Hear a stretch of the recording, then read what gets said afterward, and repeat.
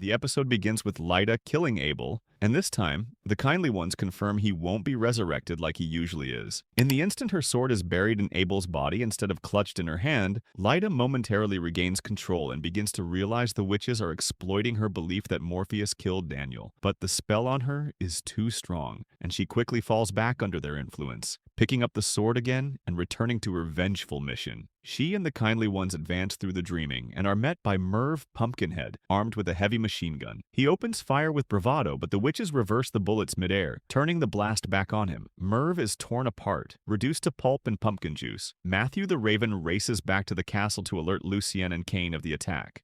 Corinthian arrives with Daniel in hand, but with Morpheus absent, the castle's defenders are unsure how long they can hold out. Meanwhile, Morpheus remains trapped in Fairy, bound by a summoning pendant. Queen Titania orchestrated his arrival to shelter him from the chaos unfolding in the dreaming. But by the laws of Fairy, the summoning must be honored by granting a boon to the summoner. Nula, who had summoned him, asks him to return home and protect his realm. Her choice breaks the contract and frees Morpheus to leave. Though she could have wished to return herself, where she longs to be, Nula defers to Titania's authority and puts the dreaming first. As Morpheus makes his way back, Lyda and the witches arrive at the gates of his castle. The gatekeepers warn them, and even the majestic hippogriff descends to block their path.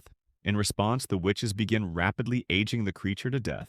Just before it collapses, Morpheus arrives and restores it. Realizing confrontation is inevitable, he invites Lyda and the witches inside. Inside the castle, Morpheus instructs Lucien, Cain, Corinthian, and Matthew to remain in the throne room while he faces the intruders. The witches announce their refusal to leave until Lyda kills Morpheus. Lyda, hollow-eyed and not truly herself, looks like a warrior, but it's clear her confidence is false. Then she sees Daniel and, with sudden clarity, realizes Morpheus never harmed him. The spell cracks. Using the moment, Morpheus tries to free her mind completely, and for a brief instant, Lyda and the witches vanish from the dreaming. The witches, however, continue their hold on Lyda, arguing whether or not to complete their mission now that the premise of Morpheus killing Daniel has been proven false. They fear he will still claim Daniel as his heir and deny Lyda her son. At the same time, Morpheus visits Hetty's flat, intent on ending Lyda's influence in her sleep. He sees the protective circle around her and states plainly that he could kill her without breaking it. But Hetty points out what they both know. Morpheus isn't a killer. Not like this. Yes, he once killed Orpheus, but that was different. Killing Lyda now would risk Daniel's future.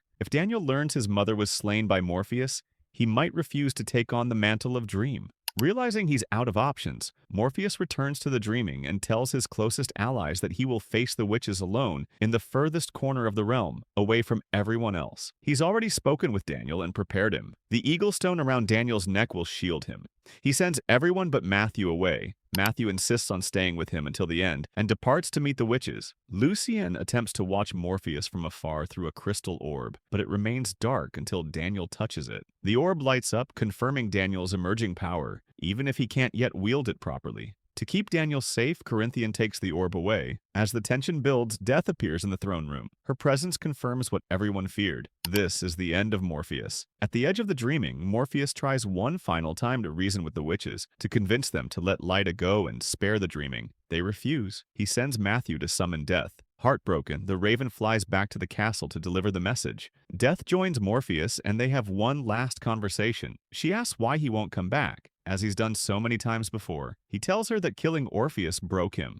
Though it was something he owed his son, it left him changed. He no longer feels fit to guide the dreaming. His inner transformation has damaged the realm, and his continued presence would stunt its growth. He must step aside. Their farewell is interrupted when the witches remind Morpheus that Lyda is still tearing the dreaming apart. Frustrated, Death urges him not to delay. In a quiet and poignant gesture, echoing Michelangelo's The Creation of Adam, Morpheus reaches out and is gone. Back in Fairy, Nula senses that the end has come. She begs Cluracan to remove her glamour so she can return to the dreaming.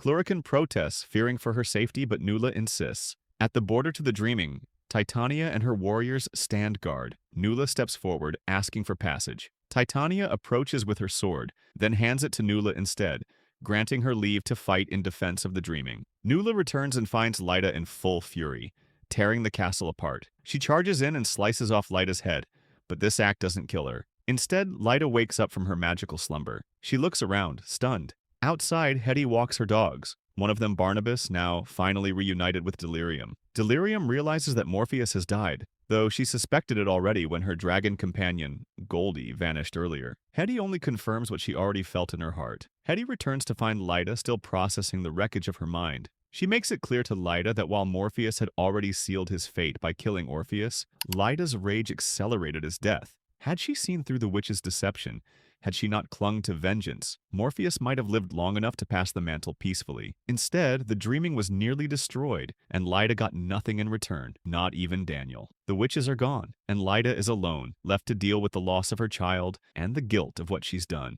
Perhaps she'll find her way back to her friend Rose. Maybe Rose can help her begin to heal. In the final scenes of the episode, Daniel transforms from infant to adult, stepping into the role of the new dream. The transformation is abrupt, unbound by normal laws. With Loki having destroyed his human form, Daniel exists purely as a being of the dreaming. His sudden maturity reflects the urgency of the transition. He must fill the void left behind by Morpheus. Daniel clearly retains knowledge passed through the mantle, recognizing Corinthian instantly. He carries Dream's essence, but it's unclear how much of Morpheus remains in him, or if he'll be something entirely new.